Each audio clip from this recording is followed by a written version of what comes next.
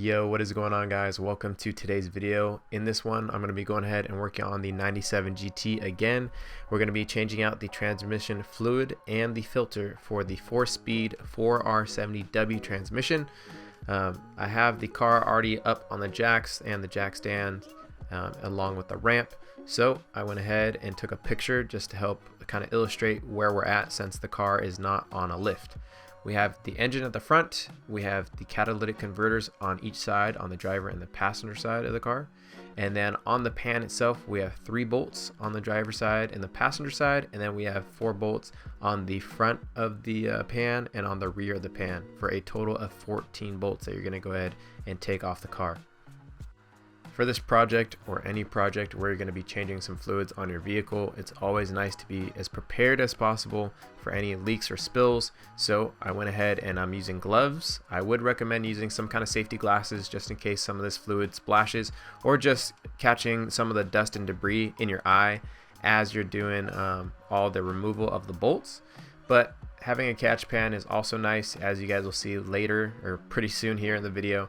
I do have a ton of fluid kind of going everywhere, so it's nice to have a large catch pan, especially with whether it's oil or transmission fluid, because it does have that kind of slippery texture and it can really mess up things in the future.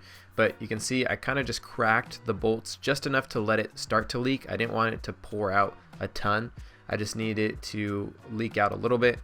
And also be mindful when you're taking off the pan what else is around the pan. You have your electrical connectors for the O2 sensors, and as you can see I got a ton of the transmission fluid on the catalytic converters, so that's something to be mindful of, that when we finish the job we want to go ahead and actually take some water or a cleaning rag and wipe down the cats, because now if you go and start the car, obviously the catalytic converters are going to get really hot and it's just going to smell really bad and it's going to smoke a lot. So always be mindful of where the fluid is going, and that's just a learning lesson, especially for a pan like this that is so close to the cats, and you need to actually wiggle it around just to take the pan off. But here you can see we have the pan off and we're just going to let the remaining fluid drip off. Once you let the excess transmission fluid run off into your catch pan, we're going to go ahead and actually remove the filter. I did a little graphic for you guys so that you can see exactly what the filter is, and pretty much anybody who's doing this on concrete without jack stands or any kind of stand in general, it's going to be kind of difficult and a little bit of a workout. Again, make sure you have your catch pan ready. As you'll see right here, boom, a ton of fluid comes out. Thankfully I had a ton of cardboard that caught the majority of the material, but just be mindful of that. And then it's really cool with the pan off, we can actually see a couple different things. Now that the pan and the filter are off, you can actually see the little dipstick for your transmission fluid level. So that little check right there is actually what's in the engine bay. So if you follow that black tube right here going all the way up, that's what goes in the engine bay to check the transmission fluid level. Really cool. But now I have the whole pan and filter off, so I'm going to go ahead and clean those things up. Taking a look at the inside of the pan, you can see it is pretty filthy, and so is the gasket material. But right here, this little circle is actually a magnet, which is standard in most transmissions. Doesn't matter which manufacturer you have, most transmissions will have a magnet to catch metallic material. This material is pretty much from the clutch packs just wearing down over the years. And the time frame that I've owned this Mustang, I've never serviced the transmission. It has about 102,000 miles on the car right now, but you can see even the backside or the underside is just filthy, so we're going to go ahead and get that all cleaned up. To clean up the pan, what I did is I went ahead and grabbed some engine degreaser and just let it soak for a few seconds. This was just the first treatment, and then I took some wet wipes or some shop towels and just scrubbed as best I could. You could use a brush, but I didn't want to scratch too much of the pan up, and I don't think it's really necessary, especially since this thing is going to get super dirty anyways. And then what I decided to do is just go ahead and clean the inside, as you'll see, and just get a lot of that stuff. I even pulled the magnet out of the inside of the pan, and it's a night and day difference between how dirty the pan was when we first started cleaning it and how it ended up when we were finally completed. Obviously, like I said, you want to make sure that all this material, all the stuff that you're cleaning, it's not just going on the street or into the environment. You want to collect this stuff so that it gets disposed of correctly.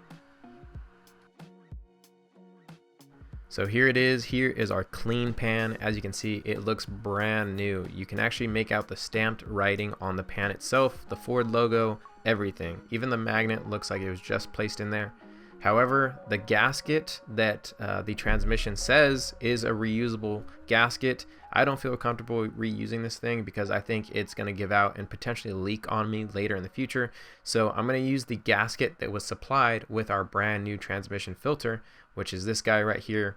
Really pristine condition, and it has that orange silicone ring, so it is a good seal when you actually put it on to the transmission itself. So with that being said, I went ahead and just kind of cleaned up around the edge so that we can have a good contact point for the transmission pan to the transmission and create a good seal with this brand new gasket. Now that everything is clean, we can go ahead and install our new transmission filter, ensuring that we don't pinch any of the wires or any of the cables underneath the car or introduce any dirt or grime debris in the transmission pan itself. Once you reinstall the transmission pan, you're going to go ahead, come to the engine bay, and you're going to look for the transmission fluid, and you're going to pull this dipstick out just like I'm doing right here. And there is a procedure that you want to follow when you're adding the 12 to 13 quarts of transmission fluid. So what you do is you add 4 quarts, then you run the car, put it through a couple gear cycles, going from reverse to drive, second gear, first gear, just running it through the gears, getting warmed up. After a few minutes of doing that, then you want to introduce another 4 quarts, repeat this process going through the gears, and then add your last 4 quarts. And that makes up a total of 12 quarts. And then that's pretty much the job, guys. It's not too hard. It's very simple, easy to follow. I hope you guys are able to follow this and it works out for you guys, and this is something that you can do in the future with your Mustangs or your vehicles in general. If you like the video, go ahead and leave a like, comment, rate, and subscribe, and I'll catch you in the next video. See ya.